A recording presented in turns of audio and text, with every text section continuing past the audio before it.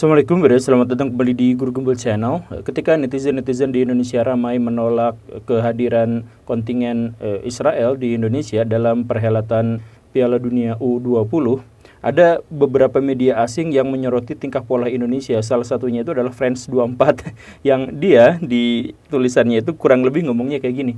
Kuy, lu tahu nggak ada negara yang nolak keikutsertaan satu kontestan Piala Dunia gara-gara masalah politik?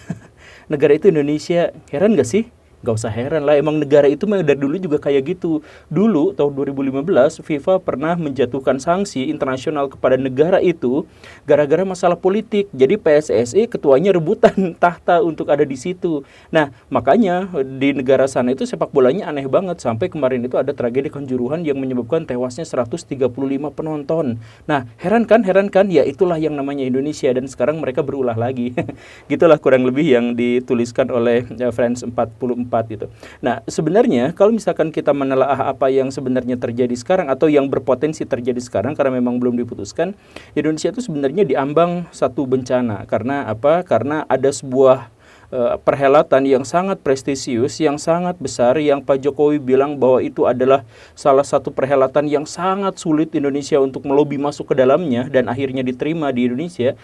Malah sekarang netizen-netizen ribut dan akhirnya perhelatan Piala Dunia U20 itu hampir tidak bisa dilaksanakan di Indonesia. Bahkan ada desas-desus bahwa FIFA sudah menunjuk negara yang lain gara-gara netizen-netizen di Indonesia menolak Israel.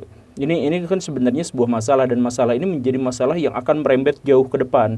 Pertama, banyak negara-negara yang lain kemungkinan akan membatalkan investasi di Indonesia atau hal-hal yang semacam itu, atau pariwisata di Indonesia akan redup dan sebagainya. Itu yang pertama. Kemudian yang kedua, kan Israel itu bukan hanya memiliki timnas sepak bola, mereka memiliki semua atlet di semua cabang olahraga. Jadi kalau sekarang misalkan Indonesia menolak kehadiran Israel dalam pertandingan sepak bola, apakah Indonesia juga nanti akan menolak kalau misalkan Israel ikut dalam bulu tangkis? Apakah Indonesia juga nanti akan menolak kalau misalkan Israel ikut-ikutan dalam misalkan lomba dayung, atletik dan sebagainya? Kan mereka memiliki seluruh atlet itu. Masa Indonesia menolak semuanya gara-gara harus konsisten di situ gitu kan? Nah, ini sebenarnya adalah masalah yang sangat pelik, masalah yang sangat besar. Tapi bukankah Indonesia secara konstitusi memang menolak penjajahan, dan karena itu maka Israel sebagai negara penjajah sampai sekarang harus ditolak oleh Indonesia? Ya betul, tapi gini Baraya, mari kita melihat segala sesuatu itu dalam sudut pandang yang lebih luas dan dalam kacamata yang multidimensi gitu. Jadi gini Baraya, mari kita lihat apa yang terjadi di masa lampau untuk mengambil pelajaran hari ini. Di awal tahun 2000-an itu ada seorang bos UFC namanya Dana White, kita mengenal semua ya. Nah, dia itu adalah bosnya UFC, bos promotor pertandingan MMA terbesar di seluruh dunia. Dan salah satu atlet di sana ada seorang yang namanya Tito Ortiz yang kepalanya gede banget itu. Nah, mereka tuh musuhan banget. Musuhannya itu penuh drama, penuh pertikaian, bahkan mereka digambarkan bertarung di luar sorotan media massa, ya bertarung beneran gitu, dan semacamnya. Pokoknya mereka tuh musuh bubuyutan abis-abisan gitu, di sana tuh penuh drama gitu. Tapi walaupun seperti itu, Dana White tidak memecat Tito Ortiz sebagai petarung UFC, dan Tito Ortiz sendiri tidak kabur dari UFC gitu. Jadi bisnis is bisnis, urusan pribadi ya urusan pribadi. Karena apa? Karena setiap orang itu memiliki banyak dimensi, memiliki peran, memiliki status yang berbeda satu sama lain, dan sangat banyak. Jadi status Tito Ortiz sebagai petarung itu tidak jadi masalah, walaupun status Tito Ortiz sebagai pribadi itu bermusuhan dengan Dana White. Itu contohnya seperti itu.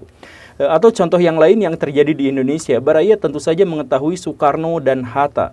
Dua orang itu adalah dua orang yang memiliki perbedaan sangat-sangat kontras di bidang ideologi mereka dan di bidang bentuk pemerintahan mereka, dan banyak sekali perbedaannya. Kalau misalkan urusannya bernegara, hampir tidak ada kesamaan di antara mereka dalam satu sudut pandang. Gak ada yang sama mereka itu. Soal federal unitaris, soal demokrasi, semuanya berbeda. Dan mereka itu sering gontok-gontokan soal ribut-ributan, bahkan ribut mereka itu parah banget. Sampai tahun 56 Pak Hatta akhirnya mengundurkan diri sebagai wakil presiden. Nah, tetapi walaupun seperti itu, secara pribadi mereka bersahabat sampai Bung Karno-nya meninggal. Nah, walaupun mereka itu musuhan di bidang ideologi, tetapi mereka berteman di secara pribadi. Kenapa bisa seperti itu? Mereka sahabatan secara pribadi. Karena dimensi Bung Karno sebagai pribadi itu berbeda dengan dimensi Bung Karno sebagai seorang ideolog. Dan karena itu, bisa saja Bung Hatta dekat dengan Bung Karno di satu dimensi, di sisi lain berbeda. Itu poin yang harus kita tekankan. Kedewasaan berpikir kita, kedewasaan kita sebagai manusia ditunjukkan ketika kita mampu memilah setiap manusia berdasarkan status dan perannya yang berbeda. Begitu. Nah, sekarang mari kita lihat Israel. Israel itu kita sepakati, dan termasuk saya sepakat bahwa Israel itu adalah penjajah. Israel itu adalah negara yang awalnya hanya bangsa mengungsi ke Palestina, ke Timur Tengah, gara-gara dikejar-kejar sama Hitler. Kemudian mereka bikin kongsi-kongsi, mereka kemudian bikin pemukiman-pemukiman, makin lama makin besar, dan akhirnya mereka mencaplok wilayah yang menjadi inangnya selama ini. Dalam konteks itu, jelas mereka adalah sebuah negara penjajah. Mereka itu adalah negara yang layak tidak diakui kedaulatannya dalam konteks itu. Tetapi, apakah sepenuhnya begitu? Yang kita tolak itu adalah Zionismenya, bukan Israelnya. Sebab kalau misalkan Israelnya itu netral, Israel itu adalah sebuah bangsa yang bisa berbuat jahat, bisa berbuat baik. Tapi kan sebagai seorang muslim kita harus menolak orang-orang Yahudi, orang-orang Israel, karena mereka adalah musuh abadi dan tertera di dalam Al-Quran dan Sunnah gitu. Ya enggak Baraya, tapi saya harus menyampaikan ini dalam porsi yang lebih panjang terkait dengan permusuhan orang-orang Islam dengan Yahudi di Quran dan Sunnah.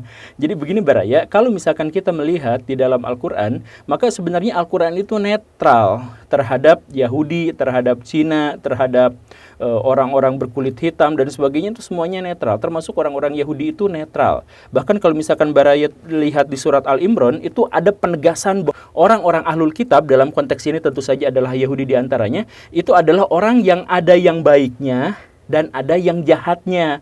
Orang yang baiknya bahkan ada yang masuk derajat soleh, itu disebutkan secara literal seperti itu, dan bukan hanya di surat Al-Imran, tapi ada di surat-surat yang lain. Dan kalau misalkan kita lihat di surat Al-Baqarah dan surat Al-Maidah, itu bukan hanya seperti itu, tetapi orang Yahudi, orang Nasrani, jangan khawatir. Selama kalian beriman dan beramal soleh, maka tidak ada kekhawatiran kalian untuk memasuki kehidupan yang lebih langgeng, kehidupan akhirat dan sebagainya dan sebagainya. Nah, jadi ada dimensi seperti itu di mana Al-Qur'an menyebut bahwa orang-orang Yahudi itu ada yang baik dan ada yang jahat, dan ada yang jahat harus digimanain dan sebagainya. Termasuk juga di dalam Al-Qur'an ada sebutan bahwa orang-orang Yahudi dan orang Nasrani itu adalah orang yang paling gigih perlawanannya terhadap orang-orang Islam. Nah, kok bisa kontradiksi seperti ini? Bukan kontradiksi Baraya, karena jelas di dalam Al-Qur'an itu melihatnya dalam sudut pandang yang lebih multikultural, lebih multidimensi. Jadi ada Yahudi di mana saatnya kita harus memerangi, ada Yahudi di mana kita harus menghormati, ada Yahudi di mana kita biasa-biasa aja dan sebagainya. Ya karena dia itu tergantung perbuatannya, bukan secara esensial Yahudinya memang seperti itu gitu. Termasuk juga di dalam As-Sunnah. Sunnah itu menegaskan bahwa orang-orang Yahudi itu jahat, bahkan Nabi pernah melakukan hukuman massal kepada mereka dan lain sebagainya. Ya, iya memang seperti itu. Kenapa seperti itu? Bukan karena Yahudinya, tetapi karena orang-orang Yahudi itu melakukan pengkhianatan kepada Nabi di era perang Uhud dan perang-perang sesudahnya. Nah, tetapi di sisi lain, Nabi bahkan menikah dengan seorang perempuan Yahudi, namanya Sofia. Iya kan? Yang menunjukkan bahwa Yahudi itu tidak saklek sebagai Yahudinya jahat. Ya enggak ada cerita yang seperti itu, tapi tergantung dengan perbuatannya. Bahkan dengan istrinya yang Sofia itu, kan Sofia itu pernah juga dirasisin dalam tanda kutip ya, sama Aisyah. Aisyah itu sering ngomong, kamu tuh Yahudi, kamu tuh keturunan Yahudi, gimana sih Yahudi, kayak gitulah ya. Nah, itu ngadu kepada Nabi, dan Nabi katakan, kalau misalkan kamu dirasisin lagi sama Aisyah, katakanlah, suamiku Muhammad, ayahku Harun, pamanku Musa. Yang menunjukkan bahwa Nabi Muhammad itu sebenarnya mengakui keistimewaan orang-orang Yahudi karena diturunkan kepadanya Nabi yang sangat banyak di sana gitu. Jadi dalam konteks itu berarti Nabi Muhammad itu membela orang Yahudi dari Aisyah, kan seperti itu. Dan bukan hanya itu, Nabi Muhammad juga punya sahabat orang Yahudi, namanya adalah Mukhairik. Saking dekatnya Nabi Muhammad dengan Mukhairik itu sampai sebagian mufasir itu menganggap bahwa Mukhairik itu adalah Muslim. Bahkan saya pernah dengar ceramahnya Ustadz Basalamah, Khalid Basalamah. Beliau termasuk orang yang mengatakan bahwa Mukhairik itu adalah seorang Muslim. Karena apa? Karena kedekatan dengan Nabi Muhammad yang sangat kental. Ya padahal tentu saja dia bukan orang Muslim, dia itu adalah Yahudi sampai mati.